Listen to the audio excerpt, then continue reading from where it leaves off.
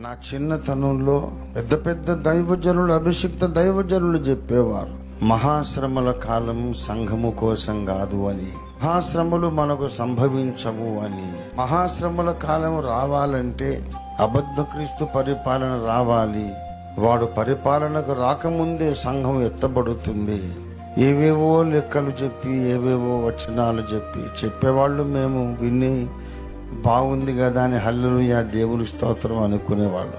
కానీ ప్రియులారా, శ్రమల కాలం అనేది ఉన్నది అసలు భక్తుల కొరకే. సంఘము ఎత్తబడిన తరువాత శ్రమలు రావు. శ్రమలు వచ్చేదే సంఘము కొరకు.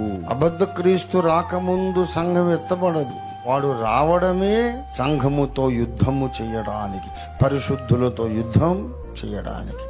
ఈ సంగతి దేవుడు నాకు 1981లో బయలుపరిచినప్పుడు నేను ఆశ్చర్యపోయాను.